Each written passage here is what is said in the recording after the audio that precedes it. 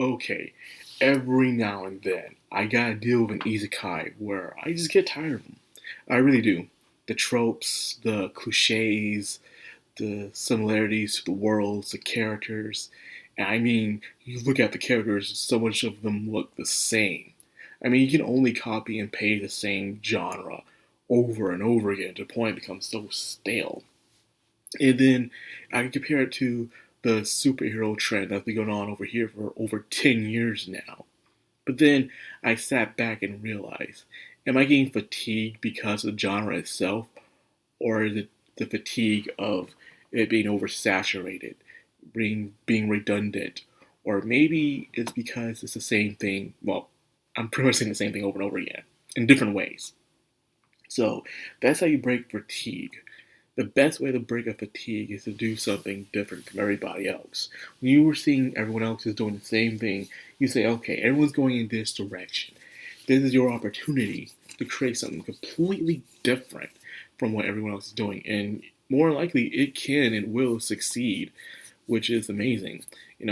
With this market of oversaturated isekais that's been happening lately, where it's the same character with short hair, he's overpowered, he has a very flat personality. Yet all the girls love him for some reason. I guess you could say, well, it's self-insert. Well, it doesn't make it any better. It still sucks. It's still boring, I would have to say. And because of that, it doesn't go anywhere. So most of the time, if I'm watching an isekai, I just skip over it. Because no matter how much crazy gimmicks you give to it, it's still another crazy gimmick, and that's all you have going for it. So even with that, it's just completely tiresome. But every now and then, I do get an isekai that does something not completely different, but does it just right, that keeps me invested into what's happening. And this one is probably the most interesting one out of all the ones this year. I mean, yeah, this year so far. And that is the Red Ranger becomes an adventurer in another world. That's right, we got Sentai on our side. Sentai. Everyone loves the Red Ranger, the fiery, burning passion of fire.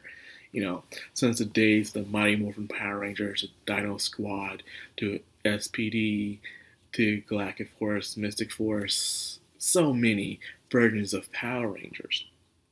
I don't even think America's even doing Power Rangers anymore. I think Japan's still doing their Sentai, but I don't think America's doing it no more.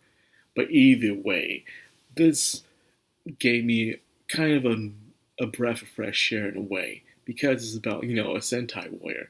After defeating the final boss in his world, and on the verge of dying, he finds himself in a new medieval fantasy world. He just calls himself Red. There he meets a magician girl who's from a fallen noble family, who's trying to discover the secrets of this mysterious power that's corrupting people, and they team up together with a sword hero and a princess. They're going to embark on a journey.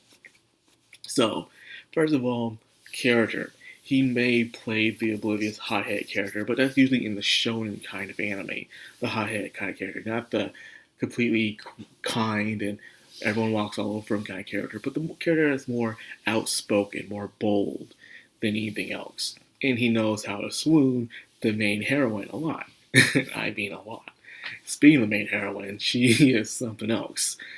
And I think all the characters here are very interesting. From the swordsman, who's very jealous of anyone who comes close to his princess, and the princess, who seems to be a girl who wants to prove more than the world sees her as wealth. And then we have this plot that's going on that's connected to not just this world, but the world that Red himself came from, where he keeps having, every now and then he'll bring up something from his past that he learned that creates bonds. First of all, every Ranger Sentai group has a gimmick. It can be about powers, it can be about animals, different kinds of animals, magic, them being wizards, policemen, time travelers, so on and so forth. This one is all about bonds, the power of bonds.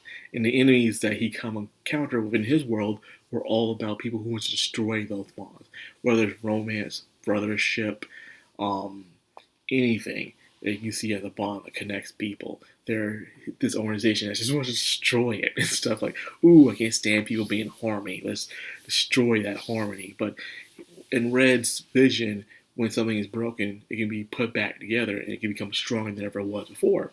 In some cases, that is true. So, like I said, Red is a cool and powerful character. Even though he's in this world with like futuristic technology, he is not winning every fight with brute strength. He's not going to be super powerful or he destroy everything so easily and stuff like that. And not all the girls are going to swoon over him like that either. In fact, some of them, when they first see him, they think he's a weird dude. Like, okay, this guy's being a little bit creepy. He somehow bonds and keeps saying all these things I don't understand. But at the end of the day, if they don't fall in love with him or swoon by him, they at least admire him at the end. This guy's not so bad. I may not understand everything he's saying, but at least he's a nice person, and he does believe in the power of friendship. So yes, this dude is literally powered by the power of friendship. He would fit nice in Fairy Tail's guild.